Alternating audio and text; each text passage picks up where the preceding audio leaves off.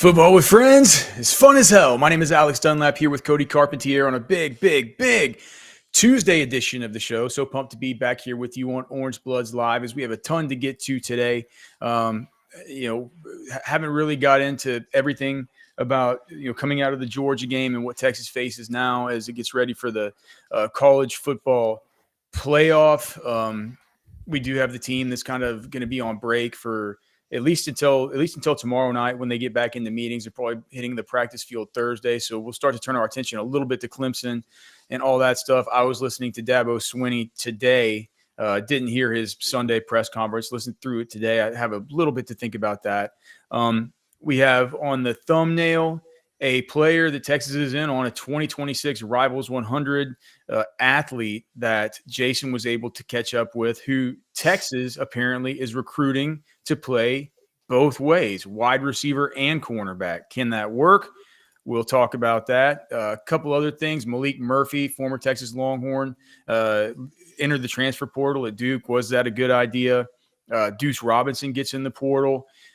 Just in general, just what the biggest portal positions of need are. I wanted to talk to Cody a little bit about the Oklahoma receivers getting in there. Why is everybody from Oklahoma leaving? Cody, how are you, brother? I'm doing good, brother. That's another good week here on Orange Bloods. Another good week of content. Another good week of grinding. So let's get to it. So what do you think? So the player that we're talking about here with Jason's report from today is London Smith, and he's from Waco University. And basically, he said that location is going to be a big factor with him. Texas A&M, Baylor, they're close to home. He's also been hearing a lot from SMU. So right now he's just kind of staying between those. But if you look at him, this guy's he's a Rivals 100 athlete. He's got offers from. I mean, he's got a big time offer list. You look down, it's like he's got Georgia, he's got Alabama, he's got Auburn, he's got Ole Miss, he's got Oregon, Tennessee, Texas A&M. So a lot of big time offers. Obviously, a super talented guy. Before we talk about whether or not he can, I don't know whether or not it's feasible for somebody to come in and do this. When you watched him, what do you think of London Smith? Well, I think first and foremost, that may be something he's portraying to the staff that he wants to do. I wouldn't – a school like Texas I wouldn't take as one to go after a kid and be like, yo, I think you can play corner and receiver. Come do it. Because they have so much talent. They've recruited like menaces in the cornerback room. They've obviously McCutcheon, French, Lockett this year at receiver. Like, they're not a team that is desperate for talent at one of the two positions. The reason Travis Hunter, one, was needed to do that and play receiver plus corner was because, first off, he's a great receiver, but secondly, he's an even better corner, and they needed corner at Jackson State, and they needed corner at Colorado, and he was recruited as the top corner. He just happens to also be a super talent on offense. This kid, I don't think he's a super talent at corner. I think he's a super talented wide receiver. You turn his tape on for a minute, less than a minute, his junior tape. It's got like 6 games on it. You can turn it on for like 3-4 plays. That's about enough. You can shut it right back off. You don't need to watch the rest of it. This kid is, as far as the route nuances and stuff, we can get into that. Kid's a junior. I'm not really worried about what his routes look like at this point, unless they're jumping out the screen to me, kind of like, Jamie French did in person and stuff like this. As far as his talent on the field on the screen, Alex, if I ask you to rank him on a scale of Khalil Lockett to DeCorian Moore being a 10, Khalil Lockett being a 0. Like, where's he at on this list for you? Because for me, I think he's closer to DeCorian Moore than he is Lockett. No, I'd have him sub-0. I like Lockett better than London Smith. Okay, you like Lockett better. Okay, well, that answers that question then. Yep. I think I would be like right around halfway. Really? So yeah. You think I like him more than Lockett. Do you like it? Do you like him more than French? No, I have French higher than Lockett. Yeah, I like Okay. French more. I mean, French is. I've told you this before. I think French is. Uh, I think I have a bet on the Orange Blood Sportsbook with like you or Ketch or Jason or somebody about Jamie French being a first round pick in the NFL draft. Like I'm that confident in what Jamie French brings to the table from an overall um, wide receiver route running mindset, everything perspective. This kid, I don't. I mean, I'm not that bullish on this kid. Well, I mean, look, a Maybe couple that just means I'm a little bit low on Lockett. I guess maybe that's what that a means. couple things. One that I thought is interesting. What do you make of the fact if you think that it's just something that he's maybe cooked up in his own head about, I've seen Travis Hunter, I I've can seen do that because do I'm doing it right this, I now. can do it, Like I can do it. Now, on one hand, you can look at it and you say, well, they don't need to do that because they're Texas. They don't need to capitulate to anybody's cockamamie emotions and needs and grandiose ideas of themselves.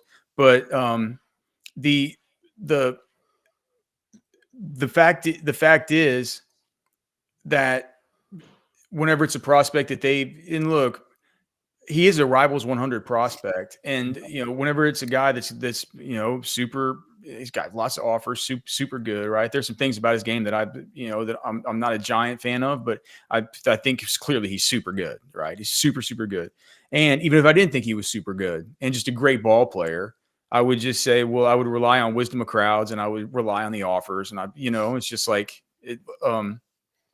So, or there's just something that I'm missing or some blind spot that I have. With that being said, like they capitulated to Jonah Williams, and they're going to let that guy play baseball, and he's gonna have to come in and just like step in sometimes during spring ball and say, hey, you know what I mean? Like, so I mean, I I think they're a little bit different.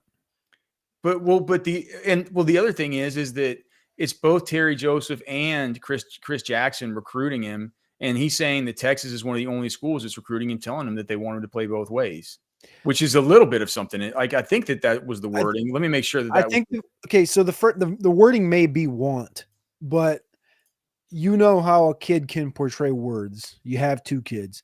You know how a kid can tell you they want me to do this when in totality they said, we would allow you to try to do this, or they can phrase it completely different than that. I don't think, like I said, I'm gonna continue to say, I don't think Texas actively went after this kid and said, hey, you're a really good talent. We want you to play cornerback and receiver for us. Like I don't think Texas is in that situation to need him. Well, but yeah, but what he said was, so the Texas coaches led by Chris Jackson and Terry Joseph have stayed in close contact with Smith. This is according to Jason. And this is on his 3-2-1. It's got like probably 2,000 words of stuff. We're just reading a few of them here. If you want to read it all, you should go to Orange Bloods and get a subscription. But it says I talked to them a lot, both of them. Smith said they want me to play both sides of the ball.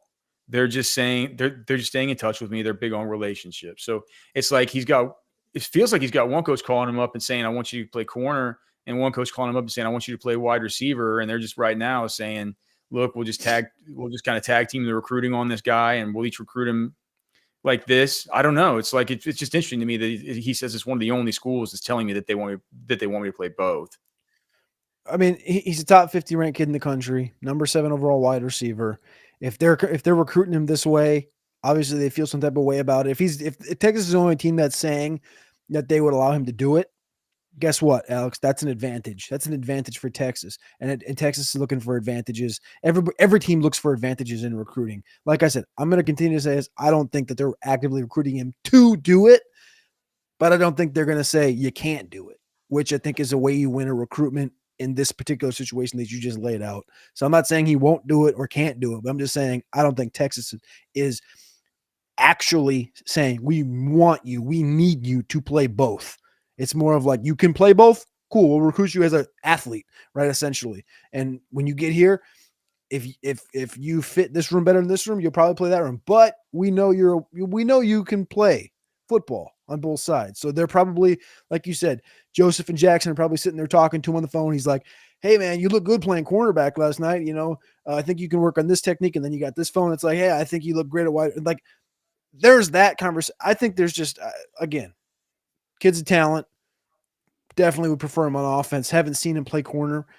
Definitely would prefer him at wide receiver from what I've seen of his wide receiver tape. But again, that's this class next year, among guys that have been on campus or have been recruited or talked to by Texas. Next year's wide receiver class is vast. It's pretty big. So Caden Dixon-White was on campus this past year. London Smith is number 6, number 7 overall wide receivers in the country. Jalen Lott is also in that 3-2-1 that Jason brought up. Caden Finley, who's the son of Jermichael Finley. You also have further down the list, 23 overall, Braden Robinson from Red Oak. He's a smaller kid that's super fast. And Jordan Clay. Those are all top 30 wide receivers in the country in next year's class. And then there's still like 5-6 more other dudes that they've talked to, they've offered, and they like. So next year's receiver class could also be, dense, I guess you'd say, kind of similar to this year's at the high end. Already almost 500 people here in the Specs chat. Thanks so much for everybody being here. Remember, if you could like the show, subscribe to the channel. We certainly do appreciate it. We'd like to get in, talk football, get out. So we're not going to beg you to like the show and subscribe all the show long. But if you could please do that, we certainly would appreciate it. And also, if you have questions, feel free to ask them. We got Oscar sending us a super chat. That's the best way to get it in real quick, right? So if you have questions that you want us to get to ASAP, send a super chat. Oscar Elizondo, thank you, brother. Cody Belichick with a 28-year-old has nothing to do with recruiting 18-year-olds. Can't win without Tom Brady and won't win at UNC. Sorry, man, you're wrong. Sounds like Oscar. I'm just gonna end it right here. We had good banter earlier in the chat. I appreciate you. And like I told you before you brought up the word wrong, I said, it's okay to be wrong, Oscar. I still like you. I still appreciate you. But I already said you're wrong. You can't just say you're wrong back. So bend the knee. Alex knows this. You can ask Alex. He's 0-4 in the Orange Book Sportsbook. He owes me 2 sandwiches. He's bent the knee on Devontae Adams. He'll continue to bend the knee on all of these conversations. You, Oscar, need to bend the knee on Bill Belichick. He's got a 28-year-old girlfriend. I think he's doing pretty good with the younger crowd. I think he'll do just fine in North Carolina. I think what Oscar Elizondo is saying is 28 is different than 17. Nope. You know why? Because I don't think Bill – we'll just keep it PG here, but I don't think Bill gets down like he used to get down. And I think that the 28-year-old can probably get down. But here's the thing. It's like they say – I'm not saying anything, Bobby, but you say you can't win without Tom Brady. It's like what are these other coaches that have had Peyton Manning and like Elway and Marino and like all this stuff that have Montana that have like 6 of them. You don't think that and that were GMs. You don't think that I think this is a perfect spot. I don't want to get all into this right here, but I think this is a perfect situation. I've listened to Lombardi. I've listened to other people talk about the NFL coach coming to college, and everyone say, well, this is a whole different ball of wax, recruiting, blah, blah, blah. But here's the thing, Alex, is his son, Steve, is a DC in Washington, right? He spent the year, Belichick spent the year preparing for something like this situation, helping him in Washington, going around talking to all these people, preparing whatever, wrote this whole document up. That's probably the Patriot Way is what that 400-page document is. There's going to be a cap next year and the following year in football. And in that 400-page document, he wrote out salaries for coaching staff and salaries for a GM staff. Yeah. And that GM staff will do all your recruiting. Deion Sanders doesn't do in-home recruitments. You know why? He don't want to. He don't need to. His name carries weight. Whenever they get the guy on the hook, he gets on the phone. He's like, yo, it's Coach Prime. It's just like, you know what I mean? It's like he's not going to, Cool. Yeah, I get that. But also, like, it's not, you're not going to be like, yo, I'm Coach Prime. Like, I'm going to get Travis Hunter. I got a son named Shador that's going to play quarterback, and he's going to carry the program. Like, it's going to be a little bit tougher for Bill. I'm not saying it's not going to be. But the recruiting will look entirely different. But I'm just saying he will have a staff in place. This is people saying that this is dumb. This isn't going to work. I mean, this dude's dad coached an Army for 50 years? This dude's been in the NFL for 50 years? Like, to just say he's not going to be successful at a Power 5 university that's Maybe it doesn't have $22 million, but it's got $12 million. And you're out in North Carolina where you can recruit the state of North Carolina, South Carolina, and Georgia, which is pretty good prospects. You're not far from Ohio, not far from Florida, 5-hour drive to Florida. Like you're in a good place to recruit all the way up to Pennsylvania, et cetera. I'm not like this could be, there's no reason that the North Carolina, can't become like a Penn State with him, especially. I mean, I agree. I think that the only weird thing that feels weird to me, and Money B mentioned this earlier. I don't see his chat up on the thing, but it does feel like, I mean, there is an ulterior motive here, and that's getting his son Steve the head coaching job and making sure he's the head coach in waiting. I don't think his son needs him to get him a job. He's a DC in Washington. I don't think right, but it's written into the deal that it's written in the deal that supposedly he said that he won't negotiate, that the son's made head coach in waiting, which to me seems a little bit. But again, he's already a DC. Like if he's not gonna not get a head coaching job eventually, like he's the son of Bill Belichick anyway. Like him getting a job in 3 years because he's the son of Bill Belichick and he's at Washington is no different than him going to North Carolina with his dad being the DC and then just getting the job automatically. Like I don't view that as an entirely different thing. If he deserves it, he deserves it. And that's not saying they can't fire him.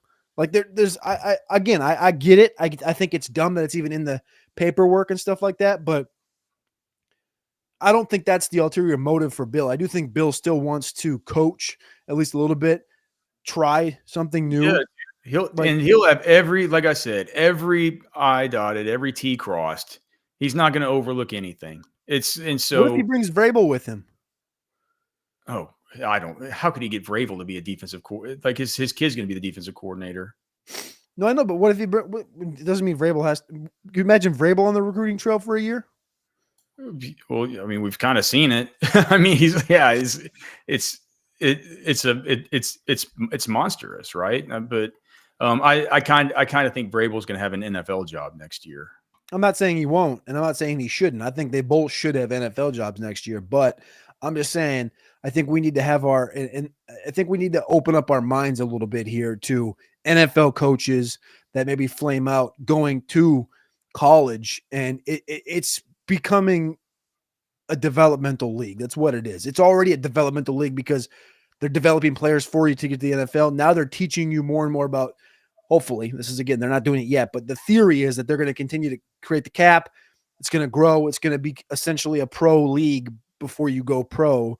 They're preparing you for it. And what better way, Alex, than to bring the pro coaches to college, manage the cap, manage the player, mature these players faster. It makes too much damn sense. Is it the wrong thing to do to have the 72-year-old be the first one to do it? Probably. But yeah. I think it's the right process. There's definitely a couple little kinks in the theory, man. But I mean, tell me if you were a North Carolina fan, you wouldn't be at least excited to get this thing started.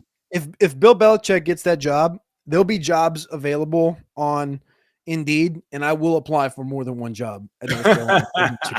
It'd be cool, man, to work under Bill for sure. We got a helpful thing here from Scott H saying, I don't know why y'all are wasting your time with this two-way player. The answer is no. So I guess this is somebody on staff checking in. Thank you very much, Scott. Please like the show, subscribe to the channel. Yeah, dude. So speaking of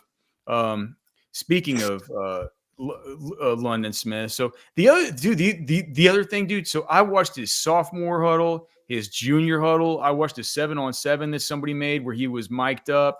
I even watched the Waco ISD like YouTube page and watched some games, like 3 series each versus China Spring and one versus Waco High, and I couldn't find a single rep of him playing corner. Yeah, I don't know. You know what I mean? Yeah. It's like, but you got to realize that this guy, he's a ball player for sure. His dad played at Baylor, so he's right there from Waco. I think Baylor probably will be in consideration with this guy regardless. His dad was a starting safety. He was a starting guard for the basketball team as well. So his dad was a 2-sport guy. So could he be a 2-way kind of guy? His mom, national champion in the triple jump, 1999 world championship Team USA for the triple jump. And he's a ball player. He lines up both in the slot and outside. I kind of like him at both. When he's in the slot, you got to look out for him on bubble screens and stuff like that. I think, Cody, what you said about his route running, a little bit less technical than you would think. Yeah. For a guy that, fancies himself as a dude that plays corner, you figure he'd be a little more. He wouldn't round off his routes and stuff quite so much. You think he would understand the space that you can, the separation that you can create from a DB by being just a little bit more, just twitchy in those stems as opposed to kind of rounding things off and stuff like that. But man, he runs a lot of different routes. He runs he's not one of these guys with just bubbles and, posts and goes. I mean, he runs a lot of comeback stuff. He runs a lot of drag stuff over the middle. Really good as far as just getting open in space, even if he's not very technical, very coordinated, good framing ability, can extend to the football, tracks it well, adjusts to it well. I'd be interested to think what you think of his top end speed, because it doesn't look elite to me. I don't think it looked elite, but I think he's in the 4.4s. I don't know. I think he's got 4.4 in him. I'm not sure he's a 4.3 guy per se, but I think 4.4 is just fine. Who did you see when you saw him? Well, it was a little bit different once I started watching 7-on-7s when I could see him without pads. He's got really broad shoulders. He's not that developed through his chest yet, but his shoulders and his traps and his upper arms are very developed. Thick legs. I don't really. A little bit of Jonte. No. I saw like some Jonte, a little bit of Jamar. Jamar Chase? Yeah. Just in his downfield. Who was that Ohio State wide receiver that hasn't been good in the NFL, but he had a good Senior Bowl week? Say it again. He had a good Senior Bowl week. Harris Campbell? Years. What? No. Harris Campbell? Something Hill, maybe? Yes. Oh shit. Let's see if I can. KJ Hill. KJ Hill. There you go. Yeah, he ran like a 4.73. He kind of his. He ain't that slow. I mean, this kid's got wheels. I mean, he pulled away from quite a few dudes. KJ Hill. Kind of what I kind of see. He gets caught, man. Like by what? By angles, and he gets caught from behind. He doesn't just run by guys. He's hard to tackle. I disagree wholeheartedly. I'm watching a play right now where he just pulled away from a guy. Okay, well, you're watching the first 2, 3, or 4 plays of his sophomore huddle, I'm sure. I'm watching his junior huddle. Okay, well, his junior huddle, he looks a little bit faster, but I think he's going to end up being one of these kind of 4 or 5-ish type of players. But so yeah, that's how I see it. I think he's a good player. I think he's good. Ball player. I mean, rivals 100 athlete, really good, natural finding space, goes up and gets the football. He can it's just a lot of contested catches and stuff though, man. It's just a little bit of trouble separating it. And some of it could have to do with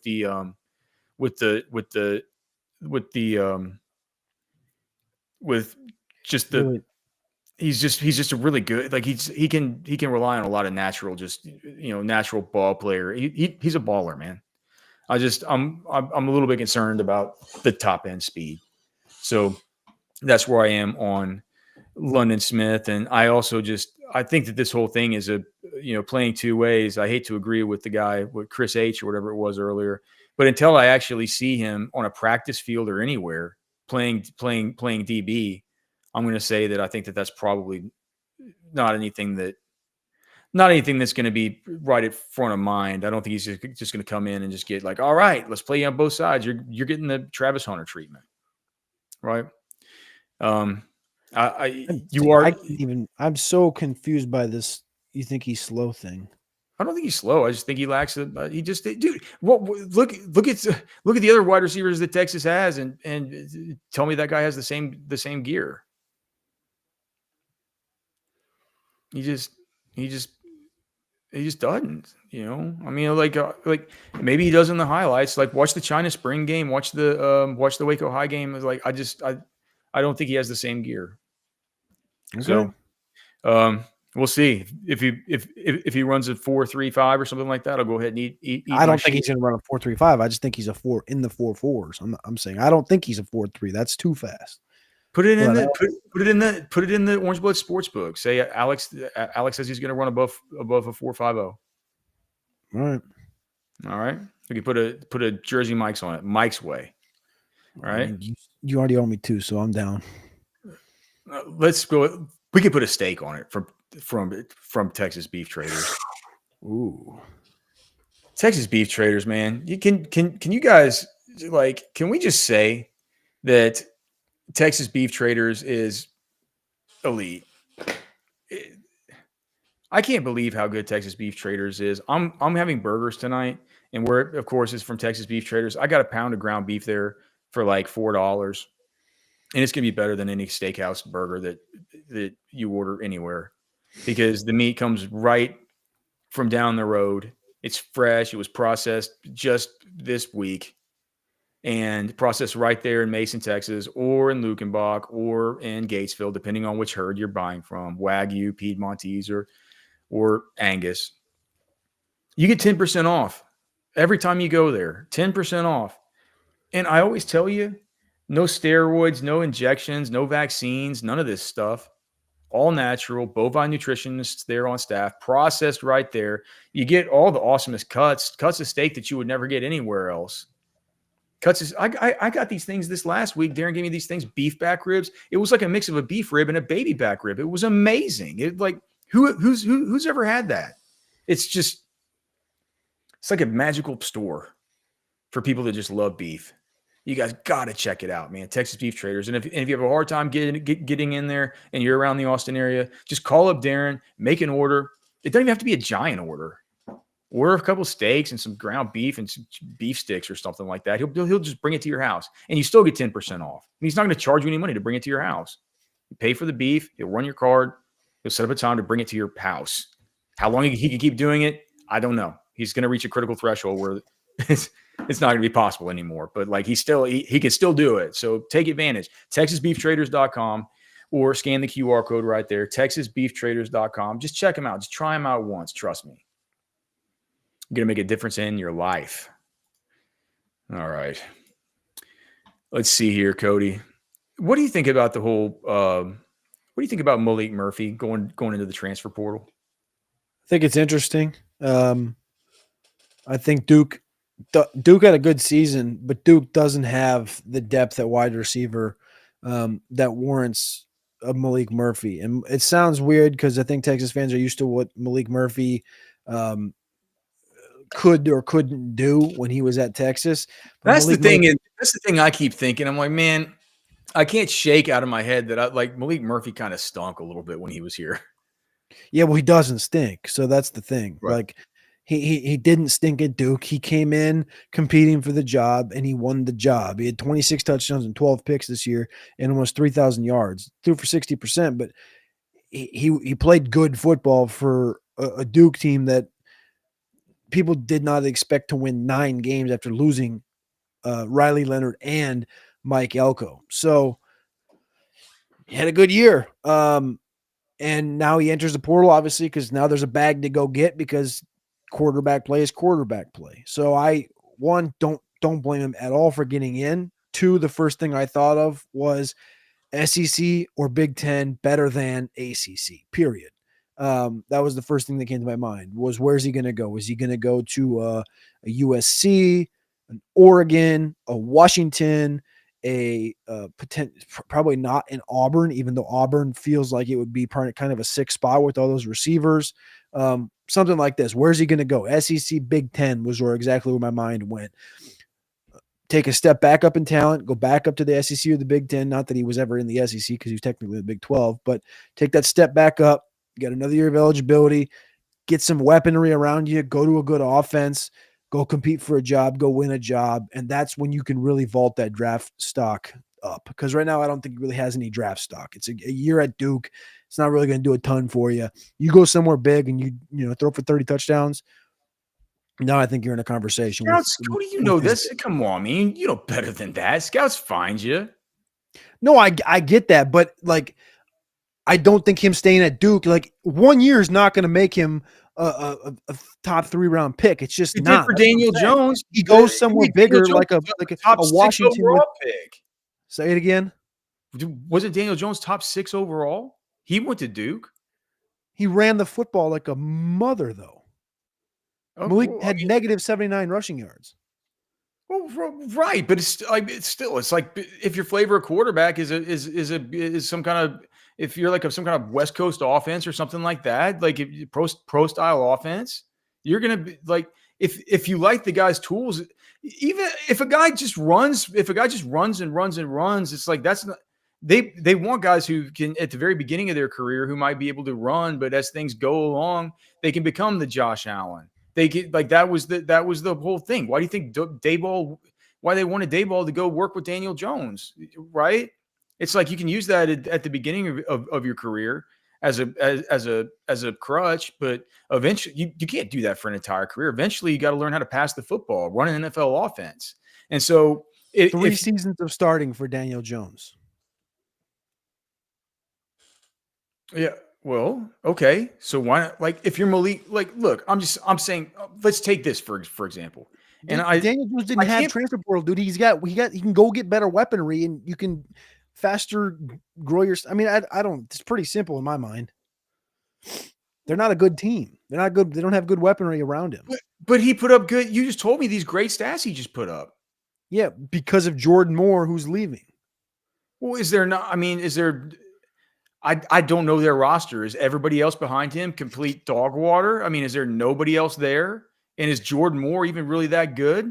I think Jordan Moore had like 800 yards. I noticed Jordan Moore last year during the year, and I thought he was going to go in the draft last year, but he didn't. So I don't know anybody else in the Duke roster from a receiver standpoint that is good, is the thing. So they got this Eli Pancol. This guy had 700 yards. Past that, the next best was 394 yards. Eli Pancol is a fourth-year starter, fifth-year player, I should say, not starter, fifth-year player. I don't know who that guy is. I know Jordan Moore's good. I don't know anybody else in this roster for being good or bad. Look at this, dude. Adam Murrell. He went to Texas Beef Traders today. Super chat. Thank you, brother.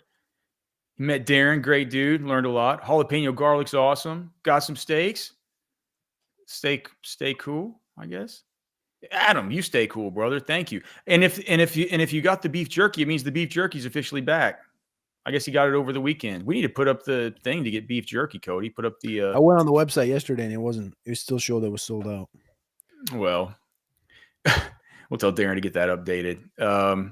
But yeah, man. So cool. Well, thank you. Thank you for going in and enjoy the meat, man. I know you're gonna love it. So that's a total lock. But thanks for going and checking them out.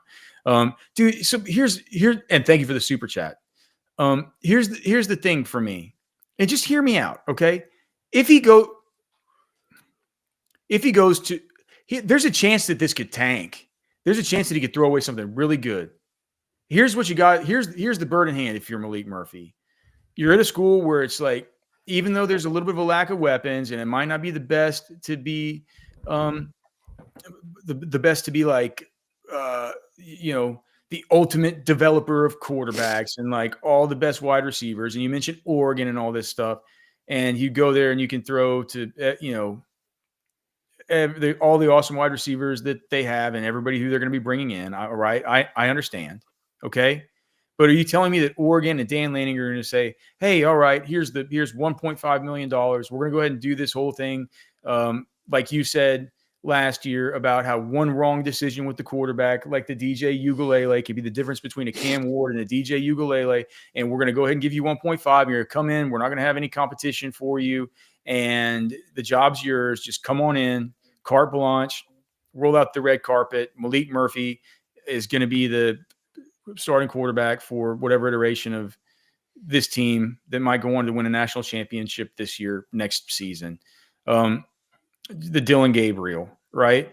You're going to do like, so we're because if he doesn't have those kinds of guarantees and he's got to go, what if he goes there and like, he's got to compete with somebody and he does like something is a little bit wacky with the system. It's not firing exactly right at the very beginning. He gets off a little bit on the wrong foot. Next thing you know, somebody else is starting. He's like, things can happen like that, dude. There's all kinds of things in life where it can be a matter of circumstance, right? And so it's like, all I'm saying is this.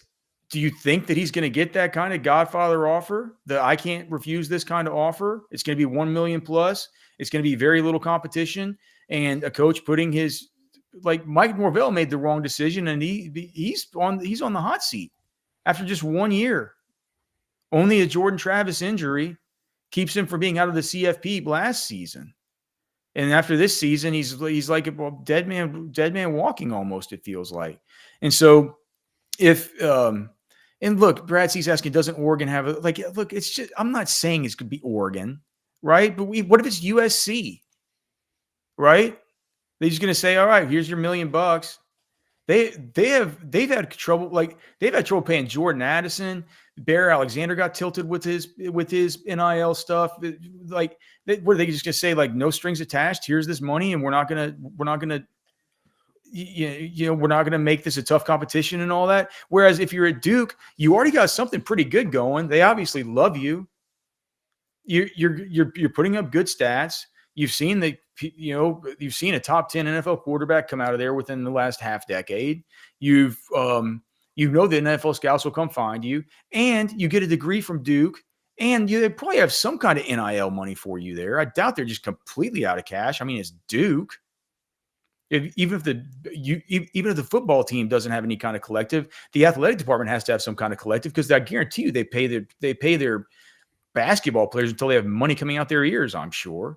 And then you have a lifetime affiliation with that kind of you would, if you stayed there and you were good, you could deliver them a 9-win season, then maybe another season where you could be in competition. Like, if he's going to accomplish his ultimate NFL goals, then it would be something where he was competing for conference championships there. You would be set for life there, man. They build a statue for you at a place like Duke, and that's a good place to have a whole lot of influence. So I think it's, I don't know. I think it's risky. If I were him, I'd stay. I'd get my degree from Duke. I stay there and I keep doing what I'm doing. I feel like he's messing with a good thing.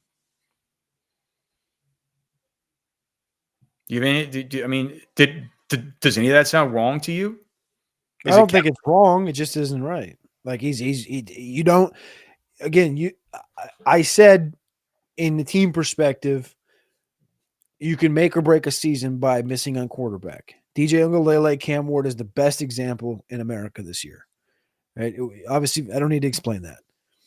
Maalik Murphy as a quarterback, I don't know what he got to go to Duke. All I do know is that he was at Texas with Arch and Quinn. And obviously that helped him progress as a quarterback. He goes to Duke, and he was not handed the keys. He competed for that job with 2 other dudes during spring camp, with 1 other dude during the fall, and won the job. Brought them to 9 wins. Proved he could do it with less weaponry around him. Jordan Moore is good. This team is not full of weapons, is the point. It's in the ACC. They won 9 games, and nobody hardly knows they exist because it's a basketball school and because they weren't really competing, even though year in and year out they compete with Miami, Clemson, North Carolina, Georgia Tech. They literally beat these teams on a yearly basis at Duke. They get no national recognition. I think they got into the top 25 for what, like 25, 24 a couple times maybe, but no national recognition. Yes, they'll find you. They found Daniel Jones, a 6'5", 230-pound quarterback that can run the football, that had the same coach as Eli Manning, all this BS connection. Maalik Murphy doesn't have those rushing chops. He's not as progressed as a passer. Manny Diaz is the coach there. I don't know who the quarterback coach is, but I highly doubt it's an elite quarterback coach that's going to progress a guy like Maalik Murphy to his ceiling. And so I think looking at a guy like a Lincoln Riley type situation, even though I think Lincoln is a bit of a fraud, the painting, the writing is in ink on the wall with his proven track record at quarterback. You look at different situations like even Miami in the conference. If he stays in, I don't know if there's a rule like that in the SEC, like there's in the ACC, or in the ACC, like there's in the SEC about transferring from within. But Miami, a spot that needs it, that has weaponry.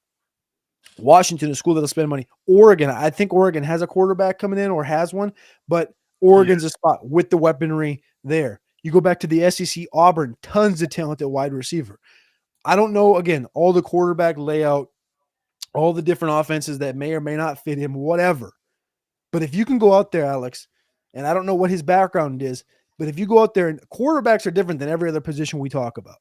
Quarterbacks get money. And if you're a good quarterback, you're going to get paid. Million, million five, two. I'm not sure Maalik's up in that 1,500,000 area, but he comes out. Let's say USC goes, hey, you get $1 million, come here for a year. You better prepay it. That's okay. what I tell him. Like I get that. I get that. Like you brought up Addison and Barrett. I don't care. You get the $1 million offer. You're going to like that's life-changing money for a guy that's like not guaranteed anything. He's not looked at as this, arch. He's not looked at as like Nico. Like he's going to, he's fighting right now, right? He's fighting up for that job. He's fighting to grow that stock. He's fighting to win. He's fighting to compete. Why not? Why not go to USC? Why not go to a guy that has multiple Heisman Trophy winners, multiple top 5 picks, proven track record at the quarterback position? Like I would always be looking, I would always be looking. I would be looking for a better situation. It's Duke. It's not a football school. It's a basketball school, and you get completely overshadowed in a bad conference.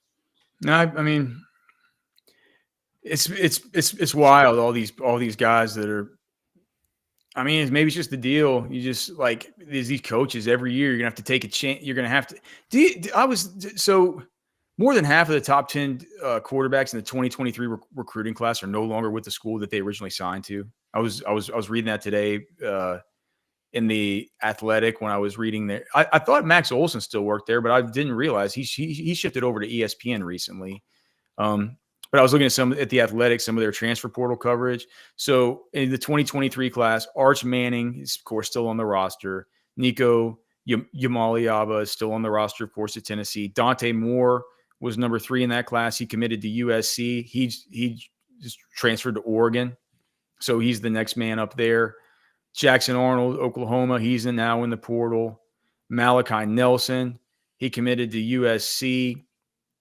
Now he transferred to Boise. What about LSU? What? What about LSU for Maalik? If Nussmeier goes pro? Nussmeier is certainly going pro, don't you think? I know he's had some down. He shouldn't, but given this quarterback class, I kind of think he should. I think that given this quarterback class, I think if there's ever a way that you can guarantee you can just stamp yourself a ticket right into day 2, Nussmeier can do it by entering in this quarterback class. I would take Nussmeier in day 2 and hope I could let him sit for 2 years. I would take him day 2. You wouldn't?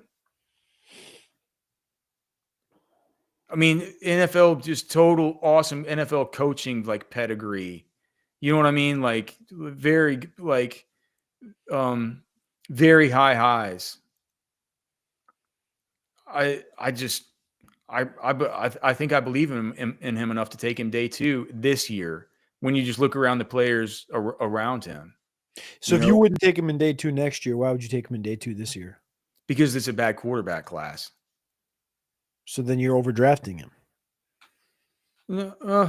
No, I think. No, grade's a grade. Okay, no. All right, no. You just tricked me.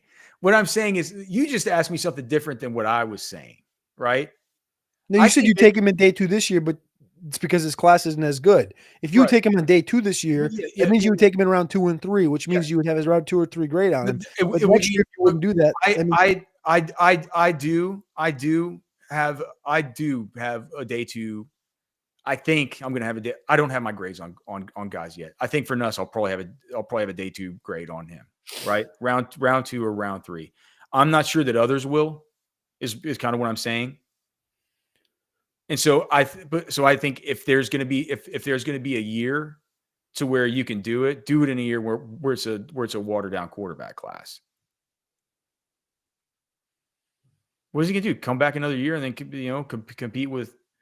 Was he want to compete with like Arch and all like I guess we're not sure Arch is going to go. Did you see the thing that Archie said the other day? Somebody interviewed him like a bar, and they asked Archie what team he wants Arch to go to in the NFL, and Archie said the Cowboys. But then did you hear what he said after that? He said we want him to play for 3 more years. 3 more? That's what he said on this. I don't know. I think this video was recorded when it was posted. It was posted last week. He said we want him to play for 3 more years in At this video. Texas? And I was like, What a treat that would be. what? I mean, here I am thinking maybe he could go after next season, but maybe dude, that family's a trip, dude. They might just be like, dude, let him play. I guess we should probably just be thinking about Arch as a dude who's probably gonna be here 2 more years, and the whole 3-year thing is probably a little bit of a old man grandpa I talk. hope he's gonna be there for 3 more years. Yeah, That's exactly what he said. I was like, that's gonna be a very bitter pill for KJ Lacey to swallow, and to some degree Dia Bell. Bell's gonna be like, cool. I get to sit here with this guy for a year. Perfectly fine. Yeah. It'll be fine. It'll be fine for him, right? KJ might be starting for Auburn in like year 2. Jaden Rashada went from Arizona State to Georgia. Eli Holstein went from Alabama to Pitt.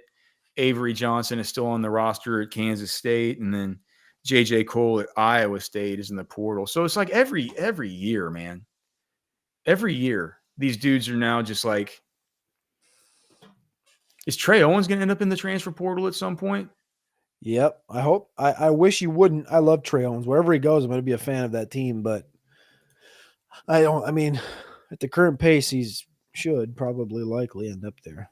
Yeah. Oh, gosh, man. He might be thinking about jumping in there right now if he's watching the show and hearing this stuff about Archie Manning saying this stuff about 3 more years. Like they should be chanting that at games when Arch comes out, dude. It's wild. I mean, they're going to win. What's he going to win? He's going to win 51 games at Texas. I mean, if he stayed here for 3 years, it would be 17, 17, 17. Yeah, who knows, dude? Have you seen? Have you seen how many Mississippi State players have gone into the transfer portal? Yes. Have you seen how many? Yeah, like 20 something, 22 or something. Last I checked, it was like 17 or 19 or something like that. Like it might be. I think it's in the 20s. Is that actually? I was floored. I'm like, oh my god, how's Levy losing all those guys? And then I thought, well, maybe this is him telling him, get out of here. You're not good enough to play. Is that it? Like, is that actually good or is that bad? I don't know. He doesn't seem like a fun guy to play for, man. I mean, dude, he's what? Every time he's got on that SEC teleconference, he was like driving his car, getting onto a 4-wheeler. He's just taking a dip, just always doing some random stuff. Here's the number I saw a couple hours ago from SEC Mike was like, I'm trying to pull it up. I swear it was like 21. 21 Mississippi State guys have hit the portal. 20 this Arkansas. One I noticed too. What Chad Gibson saying, Arkansas has more than Mississippi. Like Arkansas's got a ton too. Well, I said so. Mississippi State 21, Arkansas 20, Kentucky 19, and then A&M 13, Oklahoma 12. That's what I saw earlier today. And dude, Oklahoma's losing guys who you would think that they don't want to lose. Like Venables is like losing dudes. Hey, we had a portal entry from Texas just now. Who? Oh, wait, can I guess? Yeah, I just said it kind of, but is it on? I didn't hear it because no one in the chat say it. Defense. Is it Finkley? Defensive back. Javion Cole? Yep. He didn't play. He could hear Kobe Black's tiptoes. He didn't even play. I mean, it's like Savea, Cole. There's yet to be one transfer portal loss that remotely stings. Hey, A&M got a quarterback. The new quarterback is a UAB transfer. So good luck to. What is his name? UAB transfer Jacob Zeno. He has 4,900 yards in 6 seasons. 6 seasons. So 7th-year player for A&M from UAB. Dude, coming in as a 7th-year player and having to go, dude, here's the thing, too. Even when you transfer in, A&M puts you through that stupid fish camp where you got to do the dances and learn the songs. He's gonna have some 17. He's gonna have some 17-year-old hooping and hollering in his face, making him grab him by the nuts and swing around and stuff like that, dude. It's wild. Well, wish that guy the best of luck. Do you think that as far as the Oklahoma losing guys, I saw that Jaleel Farouk went in today, and they had Nick Anderson before. I know you're a Nick Anderson loyalist, but don't you think that Jaleel Farouk is the type of a fast, experienced kind of wide receiver that Sark has seen play a bunch that he might kind of maybe go kick the tires on? I think, yeah, I would love to see him do it on Nick Anderson, but like Farouk almost seems like the type that could fit a specific specific sort of mold for him. Fast veteran guy. He's produced 100%. 100%. That would be the one of the two that I think Texas would go after if they're going to go after one of them. It would be Jaleel Farouk. I mean, what did he have against Texas last year? 8 catches. Dude, it's kind of like Matthew Golden, right? When these guys have big games against Texas, Sark kind of remembers it, and they get in the portal. He's been hurt, you know what I mean? It's been, I don't think you look at his stats for this year, it probably won't be much. I'm not sure he played really at all. He didn't do much of anything this year. He had 5 for 130 against Texas last year. This year he had 358 on the season. Yeah. So, dude, I mean, I think Farouk is somebody who maybe we keep an eye on here. Oh, hey, dude, can we talk about who were the all SEC selections for Texas? I just saw that Ant Hill got screwed. I didn't look at the others. Can I? I tell you what, all the defenders right now are taking to Twitter to defend Michael Taft. Michael Taft didn't get any honors, first, second, or third team. Okay, well that's bad. It's bad, and all the DBs and everyone on defense is tweeting that out. The 7 guys were first team. Banks. First team was Kelvin Banks. On offense, Jada Barron. On defense, second team was Quinn at quarterback. So first team quarterback was Dart. Second team quarterback was Quinn. Dart. It wasn't Sellers. No, who it should have been. Dart. Second team was Ewers. Gunnar Helm got second team. Ant Hill got Sellers the third team quarterback. Third team quarterback is Lenore Sellers. So Milrose not even. Milrose sucked. Makuba made third team DB. Ant Hill though got screwed. Him, Jalen Walker from Georgia, and Chris Paul from Ole Miss were the second team linebackers. The first team linebackers was Danny Stutzman from Oklahoma, Jahad Campbell from Bama, and Whit Weeks from LSU. I mean, Jalen Walker too? He got swindled. Well, he didn't play a full year of dominant football. He played 2 big games, but yeah. Jalen Walker can be a menace though, man. He's got that dog in him. I think I would have had Sellers over Dart. Quinn's second team. Is JD Activist saying he thinks he should be first, or do you think that's too high? It's a joke. Oh. He's saying that he's too high? No, it's a joke saying that Quinn is on the second team. Oh, okay. Like for Texas, he should be on the second team, hypothetically. Oh, okay. Yeah. I think it's a joke. We did miss another super chat though, from our guy Jose. Oh, sorry, Jose. He said, "Good evening. Rank these 3 Christmas season classics that put you guys into the season."